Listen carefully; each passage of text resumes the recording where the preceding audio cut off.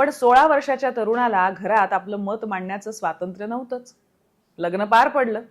दिसायला बेताच्या, लिहिता वाचता न येणाऱ्या या मुलीचं सासरी न नवऱ्याला कौतुक होतं आणि ना घरातल्या इतर मंडळींना. त्याविषयी काशीबाई लिहितात, माझ्या दिसण्याने घरात सगळ्यांची मी नापसंत. अशी सून आणली म्हणून खरं तर सगळे आजी सासऱ्यांवर नाराज.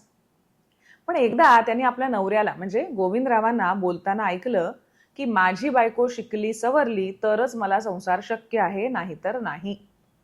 झालं, आपण शिकायला हवं असं काशीबाईंनी ठरवलं. त्या वयाने लहान असल्यामुळे लग्न झालं तरी अनेकदा माहेरी असत. तिथे त्यांनी शिवलीलामृताची पोथी वाचत आपल्या भावंडांकडून शिकायला सुरुवात केली. बरं, शिकावं हे मत नवऱ्याचं, सासरची इतर मंडळी मात्र जुन्या विचारांची. त्यामुळे सासरी असताना शिकावं तर घरातल्या बायका नाराज आणि न शिकावं तर नवरा नाराज. अशा सगळ्या परिस्थितीत शाळेत न जाता स्वतःचं स्वतः शिकत त्या चक्क लेखिका झाल्या. कमाल आहे की नाही? अर्थात त्यांची हुशारी बघून गोविंदरावांचं त्यांच्याविषयीचं मत पालटलं.